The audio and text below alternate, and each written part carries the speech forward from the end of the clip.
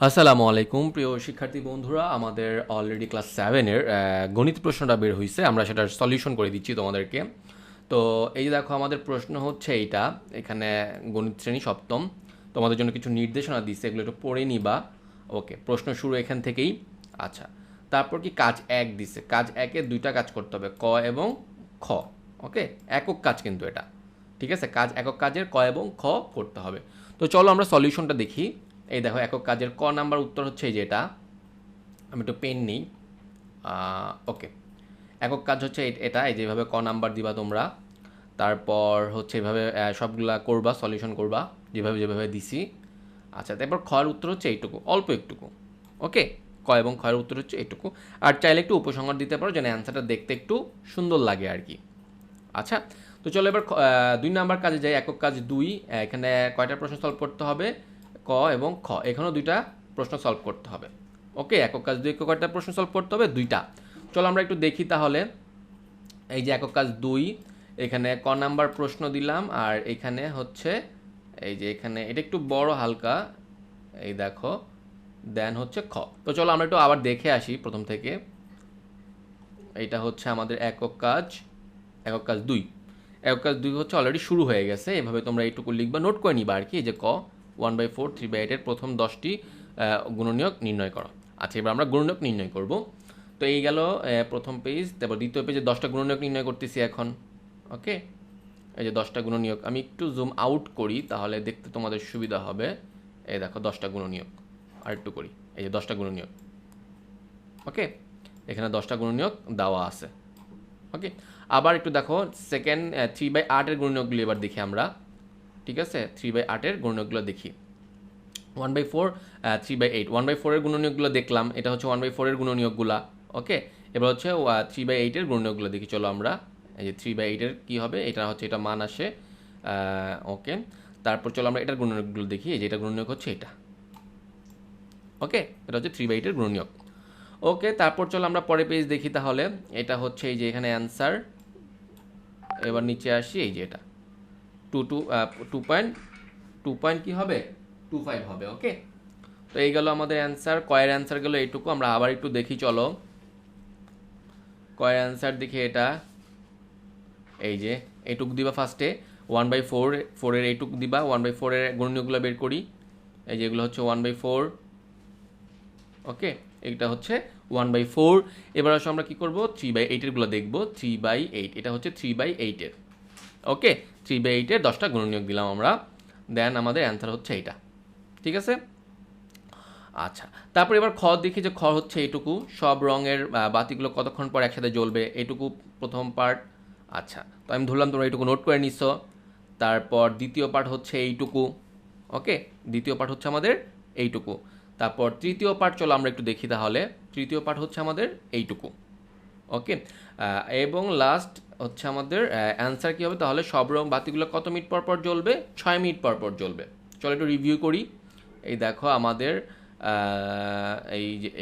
এই যে খ নাম্বার উত্তরটা হচ্ছে এখানে বাতিগুলা, এটা হচ্ছে প্রথম পার্ট। ওকে, এটা হচ্ছে আমাদের দ্বিতীয় পার্ট। ওকে, তারপর হচ্ছে এটা হচ্ছে আমাদের তৃতীয় পার্ট। ওকে, এবং এটাই আমাদের অ্যান্সার। 6 মিনিট পর পর বাতিগুলো একসাথে জ্বলবে। এরপর আসো একক কাজ 2 গেল। এবার কাজ 3-এ চলে যাই আমরা। ওকে, কাজ 3-এ আমাদের এই কিছু কাজগুলো জ্যামিতিক পদ্ধতিতে গুণফলটি সত্য যাচাই করতে হবে। তো চলো আমরা কাজ 3-এ এবার চলে যাই। কাজ 3টা করি আমরা। কাজ 3 কোথায়, এই যে কাজ 3 কিন্তু একটু বড়। সো একটু ধৈর্য সহকারে দেখতে হবে। এটা হচ্ছে আমাদের প্রথম পার্ট, প্রয়োজনীয় উপকরণ। আচ্ছা, তারপর আমাদের কী করতে হবে, কাজের ধারা দেখতে হবে, তাই না? তো আমরা কাজের ধারাগুলো দেখলাম এটা। তারপর কি করতে হবে, আমাদের গুণের মডেল তৈরি করতে হবে, তাই না? তো চলো আমরা মডেল তৈরি করি। এই হলো আমাদের গুণের মডেল তৈরি। ওকে, তারপর কি আসে দেখি আমরা। চলো গুণফল নির্ণয়। একটা হচ্ছে গুণের মডেল তৈরি, তারপর গুণফল নির্ণয় করলাম। তারপর সত্যতা যাচাই। ওই যে লাস্টে বলছিল কি, সত্যতা যাচাই করো, তো আমরা সত্যতা যাচাই করলাম। ওকে, এবার জ্যামিতিক পদ্ধতিতে সত্যতা যাচাই করলাম। একটা তো নর্মালি আমরা সত্যতা যাচাই করলাম। এবার আমরা কি করব, জ্যামিতিক পদ্ধতিতে সত্যতা যাচাই করব। তো এই আমাদের বর্গাকার বর্গাকার ও আয়তাকার টাইলসগুলো সাজানো। তারপর ফলাফল যাচাই। তো এই যে আমরা কি করলাম, এখন টাইলস সাজাইলাম, ফলাফল যাচাই করতেছি, ফলাফল যাচাই করলাম। এই তো, তো শেষ আমাদের 3 নাম্বার কাজ। 3 নাম্বার কাজটা কিন্তু বলেই নিছি একটু বড়, রিভিউ করি। দেখো কাজ, প্রথমে উপকরণগুলো আমরা সাজাইলাম, তারপর কাজের ধারাটা কী হবে এটা করলাম, তারপর আমরা কি করতে হবে, একটা গুণের মডেল তৈরি করতে হবে। আচ্ছা, গুণের মডেলটা তৈরি করলাম, দেন আমাদের কি করতে হবে, গুণফল নির্ণয় করলাম, মডেল ব্যবহার করে সত্যতা যাচাই করলাম। তারপর জ্যামিতিক পদ্ধতিতে আমাদের কি করতে হবে, যাচাই করতে হবে। তো বর্গাকার ও আয়তাকার টাইলস সাজানো, টাইলসগুলো সাজানো, ফলাফল যাচাই করলাম এবং শেষ করে দিলাম। ওকে, এই আমাদের কাজ 3 শেষ। সর্বশেষ যে প্রশ্ন, চলো কাজ 4। কাজে 4-এর প্রশ্নটা হচ্ছে, দেখো অনেক বড় একটা প্রশ্ন দিছে, কাজটি হবে একটা দলীয় কাজ। এটা মনে রাখতে হবে 5 জনের দলে করা যাবে, ঠিক আছে? সো এই দলীয় কাজ সুন্দর করে করতে হবে, সবাই মিলা করবা। তো চলো আমরা করে দিই তোমাদের জন্য। এই দেখো, সূচকের আকারে সংখ্যার লেখার নির্দেশ তৈরি করে, কাজের ধারা, দল গঠন, আলোচনা ও পরিকল্পনা করবা, ঠিক আছে? তারপর হচ্ছে কি করবা, নমুনা লেখার কাঠামো, সূচকীয় সংখ্যা কি কেন প্রয়োজন, সূচক সংখ্যা লেখার নিয়ম, এভাবে 2টা পয়েন্ট করলাম। 3 নাম্বারকে সূচকীয় সংখ্যা লেখার উদাহরণ দিলাম। তারপর সিদ্ধান্ত, গুরুত্বপূর্ণ বিষয়, সূচকীয় আকারের প্রয়োজনীয়তা দিলাম, সূচকীয় সংখ্যা লেখার নিয়মাবলী দিলাম, প্রতিটি দলের সদস্যদের ভূমিকা দিলাম।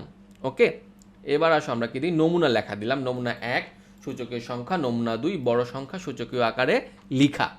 আচ্ছা, তারপর কি 3 ছোট সংখ্যা সূচকীয় আকারে লিখা দিলাম। নমুনা 4 বিভিন্ন ভিত্তিক সূচকীয় সংখ্যা। নমুনা 5 নেগেটিভ সূচক ব্যবহার লিখা, দেন একটা উপসংহার দিলাম। তো এই হলো তোমাদের কি 4 নাম্বার প্রশ্নের উত্তর, ঠিক আছে? দেখো আবার আমি একটু দেখাই, দলগত কাজ, দল গঠন করবা, আলোচনা পরিকল্পনা করবা, সূচকীয় লেখা, নমুনা লিখার কাঠামো দিবা, সূচক সংখ্যা কি এবং কেন প্রয়োজন, সূচকীয় সংখ্যা লেখার নিয়ম দিবা। তারপর হচ্ছে একটু জুম করি, ওকে, সূচকীয় সংখ্যা লেখার উদাহরণ দিবা, সিদ্ধান্ত গ্রহণ, সূচকীয় আকারের প্রয়োজনীয়তা দিবা, সূচকীয় সংখ্যা লেখার নিয়মাবলী দিবা, প্রতিটি দলের সদস্যদের ভূমিকা। নমুনা 1, নমুনা তারপর হচ্ছে 2, তারপর কি দিব আমরা, নমুনা 3, তাই না? এই দেখো নমুনা 3 এবং নমুনা 4, নমুনা 3 এবং নমুনা 4, তারপর নমুনা 5।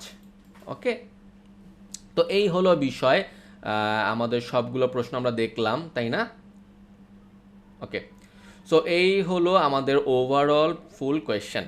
তো আশা করি তোমরা ক্লাস 7-এ যারা আছো সবগুলো প্রশ্ন দিতে পারবা। তারপরও আজকে আমরা ফুল লাইভে থাকবো, সারা রাত লাইভে থাকতে পারি আমরা। তোমাদের যদি কারো কোনো প্রশ্ন থাকে তাহলে আমাদেরকে জানাতে পারো। তো আজকে এই পর্যন্তই, নেক্সট ভিডিও দেখার আমন্ত্রণ রইল। Till then stay safe, stay well.